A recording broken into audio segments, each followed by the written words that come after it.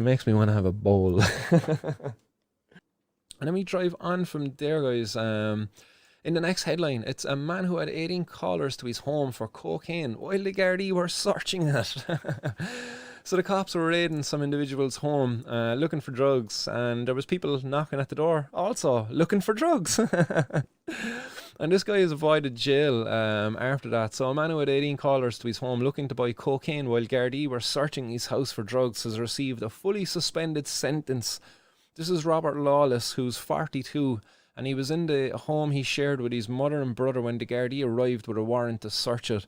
The officers discovered 65 separate deals of cocaine during the search and 2 separate amounts of cash of €605 and €105. Quite a small sum of cash, really.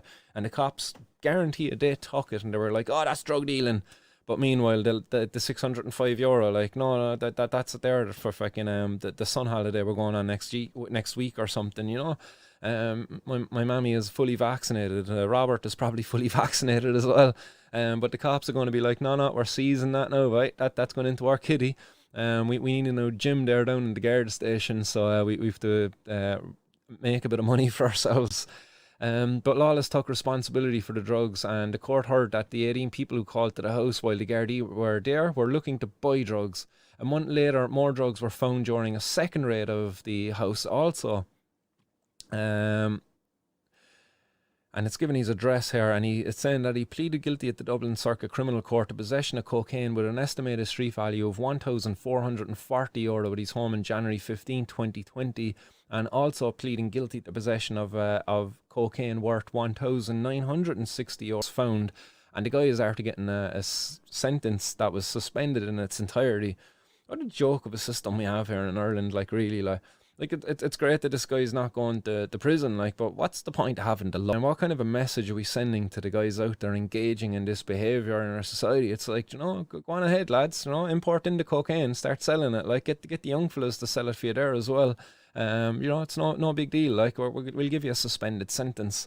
Crazy, He also has previous convictions for possession of drugs for sale and supply, and the judge had adjourned the case after hearing the evidence last month to allow for preparation of various reports. Today she said that Lawless had a very limited opportunities growing up and developed an addiction to alcohol at a young age.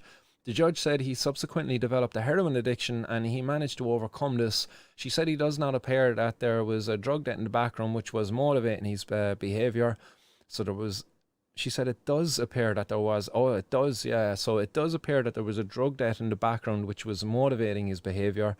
And Judge Greeley sentenced Lawless to 18 months imprisonment for the offence in January 2020, but suspended the entirety of the sentence on strict conditions. She adjourned sentencing for the offences in February for 12 months to July 21, 2022. July 21st, 2022.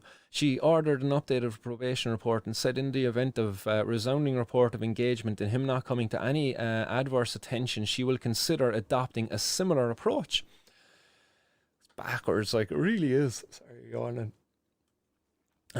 So Garda Brian Quinn told Fiona McGowan, the prosecutant, that he was involved in the second search of Lawless' home during the raid, in which found almost €2,000 worth of cocaine and a small amount of cannabis and heroin were also found.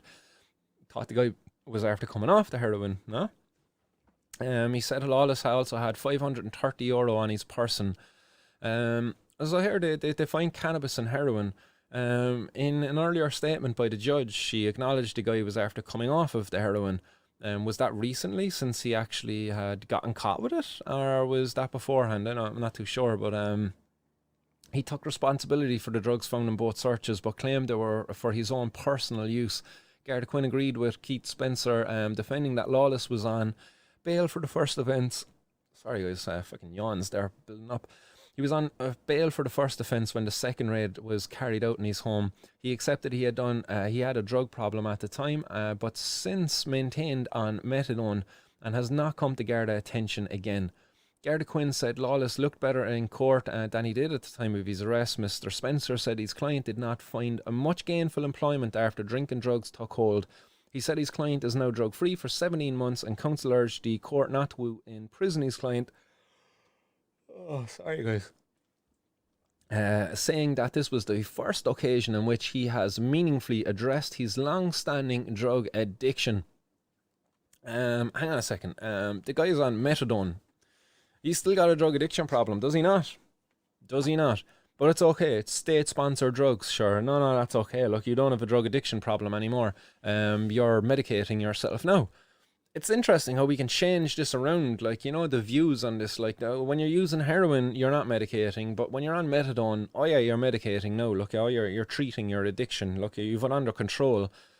But that's a fucking joke. Like, that's such a backwards way again of looking at these things. The state-sponsored drug is okay, and a methadone and heroin, like, they're very, very similar. There's not much difference there really in them. But I suppose there is, obviously. One is legal, and the other is illegal. So it's ridiculous here. Again, it's highlighting also the failure of Operation Tara. A man here who's falling on hard times. You know, even the judge says it, that he didn't get the best opportunity in life. Had very limited opportunities when he was growing up, and as a result, then developed addiction to alcohol at a young age. So alcohol here was this man's gateway drug, I suppose, you know, in terms of escapism. Because if the guy had little opportunities and whatever else there was causing problems in the background, well, obviously the alcohol wasn't strong enough to numb the pain caused by that. So he went on to other and more harder drugs.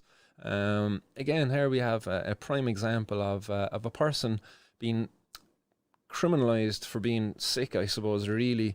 You know, he probably had a mental health problem which led to him going on to develop all sorts of addiction problems, to going on to be a dealer, and now he's up in front of the judges at the expense of the taxpayer then as well. You know, all of this failure going on out there, when in reality, you know, if we'd put all of the money that we're putting into fighting this war on drugs into fighting how would you say it,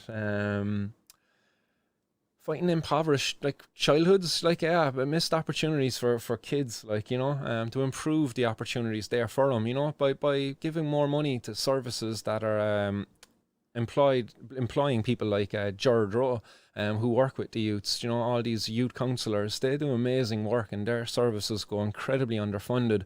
So I'd imagine if we even put half of the money that we put into fighting this war on drugs, you know, even that 8 million quid there that they use for their Forensic Science Ireland, imagine if we decriminalised all drugs and safe and regulated access to it. You know, that number of drugs being tested above there in the Forensic Science Ireland would probably drop an awful lot, meaning that there would be over €8 million there free to use somewhere else. Imagine giving €8 million to somebody like Gardaí and going out there into the impoverished communities that you work within, and do some good with it. Imagine what he could do. He'd do some fucking tremendous things, would he not?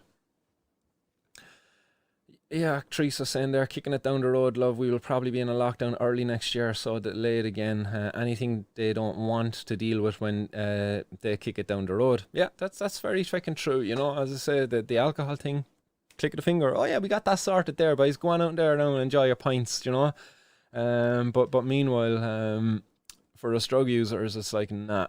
You know, I can almost picture it now. Like, you know, you've Micheál Martin there down in the local pub drinking his fucking Murphys out in the bear garden, and the publican comes out to him and he says, "Here, Micheál, come here. Do you know this is illegal out here? I actually don't have a license at all." Like, and Micheál turns around and he said to him, "Hold my bear, boy. I'll sort that out for you there now. Hold my bear." And that's how quick they done it. Like, hold my bear, I'll come back before it's dead. Click of the fingers. Like, that's how quick they sorted it out for them.